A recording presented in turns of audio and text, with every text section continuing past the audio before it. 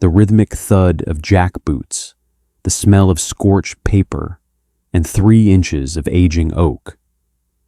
That is the only wall between $1 billion machinery of genocide and 13 souls huddled in the dust.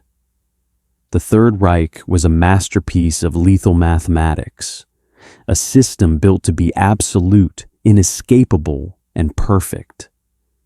How did a floating fortress of total control surrender to a teenage girl's silence? Why did the most efficient killers in history fail to hear 13 hearts beating directly beneath their own feet every night for 2 years? But history got it wrong.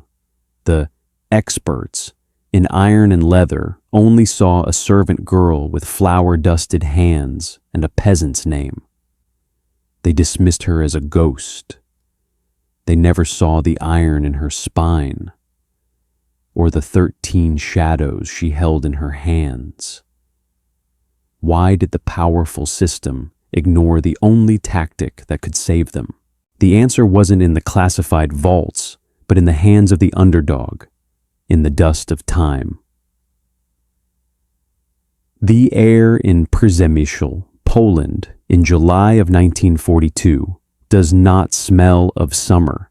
It smells of ash and the metallic tang of fear. To walk the streets is to walk a tightrope between the living and the disappeared. The German administration had a saying during those months, a crystallization of their absolute confidence. The ghetto is a closed book. Once the ink is dry, no one returns from the final page. They believed their system of liquidation was a mathematical certainty: input, humanity, process, isolation, output, erasure. But while the system screamed its orders through loudspeakers and the boots of the SS rhythmically hammered the cobblestones, 16-year-old Stefania was already in the dark, holding the silence that would save them. She is alone. Her parents are gone, taken by the forced labor camps. Her only companion is her 6-year-old sister, Helena. To the German officers patrolling the street, Stefania is invisible, a shopgirl, a non-entity. But Stefania had spent years working for the Diamant family in their grocery store. She didn't just learn how to weigh flour, she learned the geography of a human life. She saw the Diamants not as inputs in a racial ledger, but as the people who had given her a home when she had none. Then, the knock comes. It is Max Diamant. He has escaped the train to Belzec. He is covered in the filth of the sewers and the stench of the grave. He asks for a place to hide for a few days. This is the fatal flaw in the German machine. It relied on the assumption that fear is the ultimate currency. But Stefania was a shop girl. She knew that when everything is taken from you, the value of what remains your conscience becomes infinite. She says yes. The mechanism of her defiance is deceptively simple. She does not build a fortress, she builds a facade. She moves from a small apartment to a larger house on Tatarská Street. The logic of the system was that a girl with no money and no status would never seek a larger home unless she was working for the Reich. She uses their own prejudice as a camouflage. But the black box of survival is a hungry one. To feed Max and soon his family, and then others who crawl out of the wreckage of the ghetto, Stefania must navigate a lethal economy. Input: one teenager's meager ration card. The mechanic. She must find a way to multiply calories without alerting the shopkeepers or the neighbors who are paid to be spies. She begins to trade her own clothes, her labor, and her sleep for extra scraps of bread. Output: the machine is blind. It sees a girl getting thinner, assuming she is just another victim of the occupation, while in reality, she is fueling a hidden engine of life. while the local commandant toasted to a Judenrein, Przemyśl, he had fatally underestimated his surroundings. He treated the silence of the Polish working class as submission. But he had missed the one girl who saw his complexity and countered it with a brutal simplicity. While the experts of the SS were busy filing paperwork for the thousands they had murdered, Stefania was quietly calculating how to keep 13 hearts beating in a space meant for dust. The risk escalated when a neighbor, a woman who wore her loyalty to the new order like a badge, cornered Stefania in the hallway. "You have too much laundry for one girl," she whispered, her eyes sharp with the hope of a reward. Stefania didn't blink. She didn't offer a complex lie. She looked the woman in the eye and said, "I like to be clean, don't you?" She offered a solution of mundane vanity to mask a revolutionary truth. The neighbor mocked her for being a frivolous girl and walked away. The system's own arrogance, the belief that a girl like Stefania was incapable of anything beyond petty concerns, was the very thing that kept the attic door invisible. But the attic was becoming crowded. 13 people, 13 sets of lungs, 13 pairs of feet that could never truly touch the floor. One night, the sound of a heavy truck echoes down Tatarská Street. It doesn't pass by, it stops. The brakes squeal like a dying animal. And for a moment, there is only silence. Then, the steel screams. The SS has arrived, but they aren't here to search the house. They are here to move in. The SS didn't just bring their uniforms into the house at 3 Tatarská Street. They brought their noise, the rhythmic thud of jackboots on the stairs, the sharp staccato laughter of men who believe they own the world, the smell of expensive tobacco and cheap conquest. They requisitioned the apartment directly below the attic. Now the space between life and the executioner's rope is reduced to a few inches of aging oak and plaster. This is the deadly gap. To an engineer, an old floorboard is a simple lever. To the 13 people huddling in the dark above, it is a trigger. The mechanism of death is simple. Input a shifted foot or a stifled cough. The physics. Sound waves travel through the hollow cavities of the lath and plaster ceiling, which acts like a drum skin, amplifying every vibration for the ears below. Output. A discovery that ends in a basement floor and a single bullet. To keep 13 people silent is a miracle. To keep them silent while the enemy is drinking beer and singing party songs just 3 feet beneath their huddled bodies. That is an impossibility. But Stefania does not believe in the impossible. She only believes in the next minute. She adopts a new role, the hospitable neighbor. She smiles at the officers. She offered them what little she has. She becomes a fixture of their domestic life, a good Polish girl who knows her place. The SS officers, men like Untersturmführer Rickard, treat her with a patronizing kindness. To them, she is a useful pet. They claim that their presence in the house makes it the safest place in Przemyśl because no one would dare commit a crime under the roof of the Reich. They believed the house was empty because their manuals told them that silence equals vacancy. They treated the attic as dead space. But they had fatally underestimated the girl they thought was a servant. It wasn't dead space. It was a sanctuary of 13 beating hearts, orchestrated by a teenager who understood their psychology better than they ever would. While the officers toasted to the cleanliness of the district, the very filth they sought to eradicate, was breathing in synchronization with their own laughter. The logistics of the attic are a masterclass in human engineering and agonizing restraint. 13 people require water. They require the removal of waste. Most of all, they require calories. Stefania's day is a yes, but cycle of survival. She finds a way to buy extra bread through the black market, but carrying 13 loaves of bread into a house full of SS officers is a death sentence.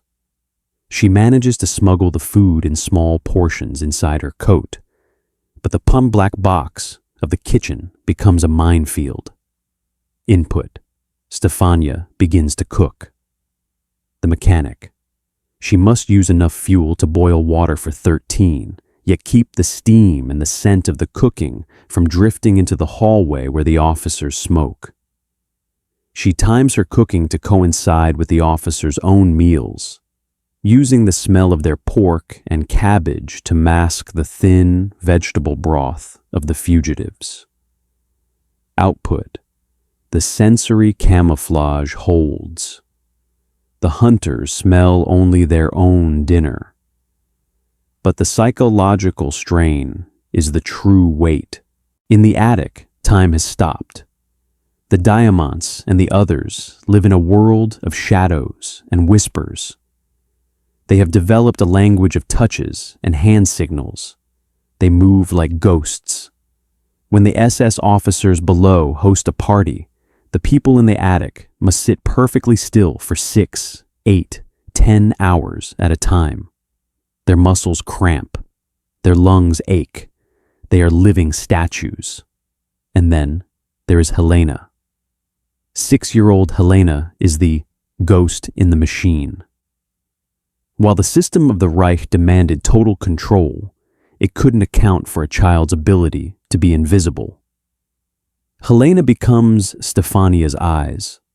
She plays in the hallway, a small blonde girl that the officers ignore. She listens to their schedules. She learns which officer is a heavy sleeper and which one stays up late reading maps. While the high-ranking generals in Berlin pored over troop movements, Helena was in the hallway, holding a silence that protected 13 lives. She was the youngest agent of a resistance that had no name and no weapons, only a terrifyingly sharp sense of observation. The friction between the human spirit and the massive system reaches its peak during the winter of 1943. The SS officers decide they need more space. They want to use the attic for storage. This is the moment the crystallized arrogance of the establishment almost breaks the facade. The officers didn't ask. They commanded. They told Stefania they would be coming up the next morning to clear out the junk. In the attic, the 13 hear the news. They look at each other in the dim light. They know that 13 people cannot hide in a room that is being emptied. They begin to prepare for the end. They look for sharp objects, for anything to end their lives before the SS can take them to the camps. Stefania stands in the kitchen, her hand shaking as she scrubs a pot. She hears the officers laughing below. She hears them talking about the efficiency of their new quarters.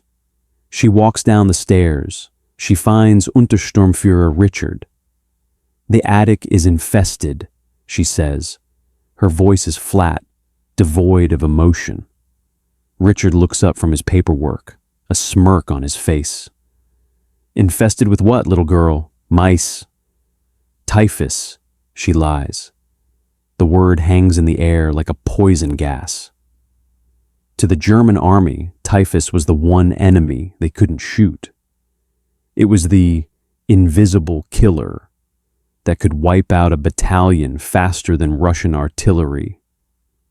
Stefania watches the smirk vanish from his face. She describes the sickly smell she noticed coming from the rafters.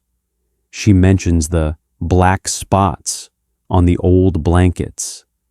She offers to go up and to clean it herself, so the officers don't have to risk their health. Richard scoffs, but the arrogance has been replaced by a cold, clinical fear. He believes his life is too valuable to risk for a few square feet of storage. He treats the attic as a biohazard, a place of filth that is beneath his notice. But he had missed the truth. The only disease entoured in that attic was the humanity he was sworn to destroy. He thought he was protecting himself from a virus, but he was actually surrendering the high ground to a girl with a lie.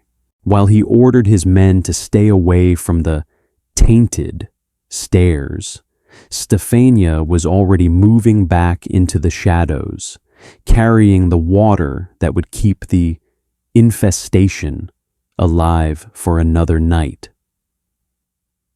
The yes, but technique continues. She saved the attic from the storage plan, but now the officers are suspicious of her movements. They wonder why she spends so much time cleaning a room that is supposedly filled with death. One evening, an officer named Kurt stops her. He is younger, sharper, and he hasn't been softened by the easy life of the occupation. He doesn't believe in the typhus. He stands at the base of the attic stairs, his hand on his holster. "I don't smell any sickness," he says. He looks at Stefania, his eyes searching her face for a flicker of a system error. Stefania feels the time freeze. The air in the hallway is thick with the smell of floor wax and the officer's leather belt. She can hear the heartbeat of the house. Above her, 13 people have stopped breathing. They are so still they have become part of the architecture. "The smell is faint," she whispers, "like the smell of a grave that hasn't been closed yet." "Do you really want to be the one to open it, Kurt?" It is a moment of weaponized irony. She is telling him the literal truth, but he hears it as a warning of infection. Kurt hesitates. He looks at the dark, narrow stairs. He thinks of his mother in Munich. He thinks of the medals he wants to win. He decides that the manual of self-preservation is more important than his curiosity. He turns away. "Clean it quickly," he snaps, "before the rot spreads." He walks back into his room and slams the door. The hubris of the hunter is his greatest blind spot. He believed that because he held the gun, he held the truth. But the truth was huddled in the rafters, trembling in the cold, while the girl who owned nothing but her courage stood guard. The resistance personification had been defeated not by a bullet, but by his own fear of the very people he considered inferior. But as the winter of 1944 approaches, the distant rumble of the Eastern Front begins to shake the floorboards of 3 Tatarska Street. The system is starting to crack, and a cornered animal is always the most dangerous. The SS are preparing to leave, and they have no intention of leaving any witnesses behind. The distant thunder of the Soviet Katyushas is no longer a rumor. It is a vibration in the marrow of the house. The German retreat in July 1944 is not a parade. It is a hemorrhage. A retreating army is like a vacuum. It pulls everything into its wake, or it incinerates what it leaves behind to deny the enemy a single scrap of comfort. For the 13 souls in the attic, this is the most dangerous hour. They are no longer hiding from a search. They are hiding from a funeral pyre. The SS officers downstairs are no longer laughing. They are burning papers. The smell of charred bureaucracy fills the vents. It is the scent of a system trying to erase its own fingerprints. Stefania stands by the window, watching the columns of gray trucks churn the mud. She knows the manual of retreat often includes a final cleansing. Then the house goes silent. The heavy oak door downstairs slams one last time. The engine of the last horse staff car fades into the cacophony of the retreating front. But Stefania does not move. She knows the fatal flaw of hope. If she calls them down too early, they might walk straight into a stray patrol or a scorched earth squad. She waits for the silence to ripen. She waits until the air in the house feels empty of the hunter's breath. Then she climbs the stairs. She doesn't knock. She doesn't whisper. She simply opens the door. The emergence is not a cinematic explosion of joy. It is a slow, agonizing crawl of ghosts. The time freeze of 2 years ends in a blinding shaft of afternoon sun. To the 13, the light is a physical weight. It hurts. Their skin is the color of parchment, translucent and mapped with the blue of starved veins. Their eyes, accustomed only to the flickering amber of a single candle, blink in a world that has turned violently bright. Max Diamant is the first to step onto the floorboards of the hallway. His legs, cramped by months of sitting in a space meant for dust, buckle beneath him. He has to learn how to be a man of 3 dimensions again. One by one, they descend. 13 shadows stepping into the light of a liberated Poland. They are the only ones. Out of the thousands who once lived in the Przemyśl ghetto, these 13 are the statistical error in the Reich's perfect ledger. But the victory is seasoned with a bitter aftertaste. As the Red Army tanks roll through the streets, the world does not stop to thank the 16-year-old girl. There are no medals waiting on the kitchen table. In the chaos of the post-war system, the hero is often seen as a complication. The cruel irony of Stefania's triumph is that the very society she saved them into would soon become suspicious of her. In the eyes of the new communist regime, a girl who could deceive the Gestapo so effectively was a girl who knew how to hide things from any government. The skill that saved lives became a reason for the state to watch her.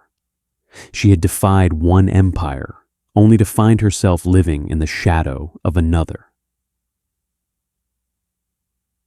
History often treats the story of Stefania Podgorska as a footnote, a minor miracle in a sea of blood, but that is the ultimate hubris of the historian. We look at the massive system, the armies, the industries, the grand strategies, and we forget that the system is only as strong as the compliance of the individuals within it. Stefania was the ghost in the machine, who proved that the logic of the hunter is built on a foundation of arrogance. The Nazis believed they had accounted for every variable, but they hadn't accounted for a teenage girl who refused to be afraid of a manual. Do we see this same hubris in our society today? We live in a world governed by algorithms and black box, systems that claim to predict our behavior, our needs, and our risks. We are told that the individual is powerless against the data. But Stefania's attic remains a cinematic testament to the contrary. It reminds us that the most powerful weapon against any system is the quiet competence of a single soul who decides that mercy is more important than survival. While the experts of her time were calculating the most efficient way to end a life, she was quietly calculating the most difficult way to save one. She didn't just hide people. She hid the soul of humanity until the storm passed. The question she leaves behind isn't, could you survive? It is more haunting. How much would you risk to save a stranger when the world has lost its soul? If you believe that stories like Stefania Podgorska's deserve to be remembered, join our ranks by subscribing, like. We have synthesized this narrative from reputable historical archives and verified sources. However, the fog of war often extends to the history books. If you spot any inaccuracies or have additional details to share, please correct us in the comments. We strive for the absolute truth, and your knowledge helps us get there. Thank you for keeping history alive.